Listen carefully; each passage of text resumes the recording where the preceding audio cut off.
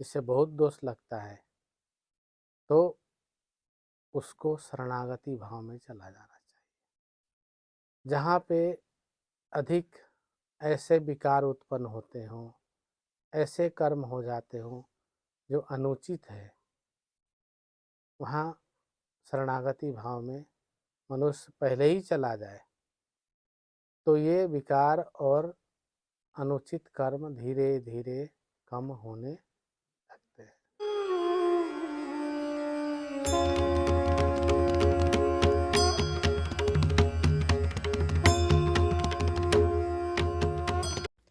गुरुदेव, एक साधक ने प्रश्न किया है कि कई बार हमें पता होता है मैं जो कर रहा हूँ वो गलत है, फिर भी गलती करने पर मजबूर क्यों हो जाता हूँ, क्या करूँ?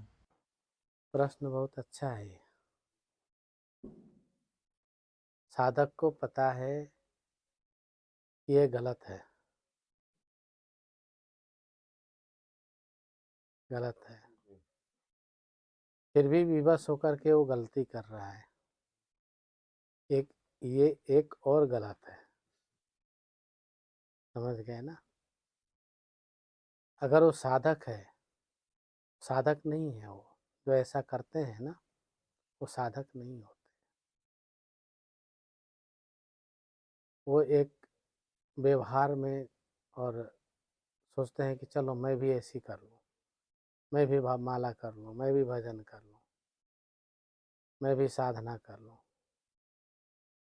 और जब गलत का समय आएगा तो उसमें भी हाथ दे देंगे। तो साधक नहीं है। जो साधक होते हैं उनका साधक नाम क्यों है? क्योंकि वो सधे हुए होते हैं। क्या होते हैं? सधे हुए होते हैं, या अपने को साधते हुए होते हैं। जो साधने वाला है इन चीज़ों में उलझेगा नहीं। विकार है तो उसके लिए विकार ही है, फिर दोबारा करने की चेष्टा ही नहीं करेगा वो। और जहाँ विकार है और साधक जानते हुए भी विकार को कर रहा है, अर्थात तो जहर खा रहा है। क्यों माधव? हाँ, हमें पता है जहर है, हल्का जहर है, वो स्लो पॉइजन, मरेगा नहीं लेकिन जीवित भी नहीं रहेगा। तो ऐसी अवस्था आ जाती है कि फिर उसकी आदतें बिगड़ जाती है।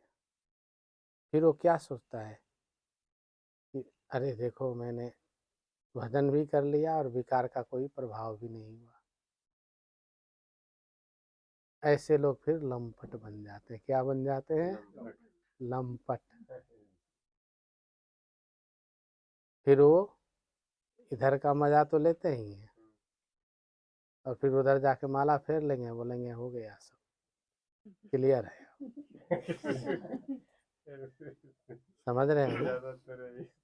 और फिर जब उसमें कष्ट आ जाएगा तो लगेगा कि अब बिल्कुल नहीं करेंगे ना, अब बिल्कुल नहीं करेंगे। और उससे भी कोई और चमकदार धमकदार स्वादिष्ट चीज आ गई तो अब तो थोड़ा कर ही लेते हैं, फिर थोड़ा और माला फेर लेंगे। ये चीजें साधक को कमजोर करती है। कैसा भी है, विष चाहे सोने की कटोरी में हो या मिट्टी के में हो, है तो विष। तो विकार चाहे बड़ा हो या छोटा हो, है तो विकार। हाँ, उसका परित्याग कर दे। अगर नहीं होता है परित्याग, कोई बड़ा विकार है जिससे बहुत दोष लगता है, तो उसको शरणागति भाव में चला जाना चाहिए। समझ गए ना? कौन सी भाव में? शरणागति भाव। उस भाव में जा करके फिर वो साधक नहीं रहा, फिर वो साधक नहीं रह जाएगा, शरणागति हो जाएगा। हाथ खड़ा कर देगा, अब मेरे बस में कुछ नहीं। अब जो करोगे तुम करोगे मेरे लिए, मैं तो गया हूँ सब प्रकार से। जब शरणागति भाव में चला जाएगा, तो इसीलिए गृहस्थ आश्रम में शरणागति भाव की बहुत महिमा है। सभी विरक्त में भी है, साधु सन्यासी में भी है। जहाँ पे अधिक ऐसे विकार उत्पन्न होते हों, ऐसे कर्म हो जाते हों जो अनुचित है, वहाँ शरणागति भाव में मनुष्य पहले ही चला जाए तो ये विकार और अनुचित कर्म धीरे धीरे कम होने लगते हैं। कैसे कम होंगे? अब वो शरणागति में इतना चला जाए वो कि अगर विकार है तो विकार के साथ भी याद करता रहे प्रभु को। विषय है तो विषय में भी परमात्मा को याद करता रहे। समझ गए ना? विषय है, विकार है, जो भी है उसमें भी परमात्मा को भूले ना, और अपने को लज्जित महसूस करते हुए उस कर्म को करेगा। फिर वही कर्म उसको लज्जित करने लगेगा। तुम कर क्यों रहे हो? समझ रहे हो ना? वही कर्म उसको लज्जित करने लगता है। कर क्यों रहे हो? फिर उसका मन उधर से मुड़ने लगता है। समझ गए?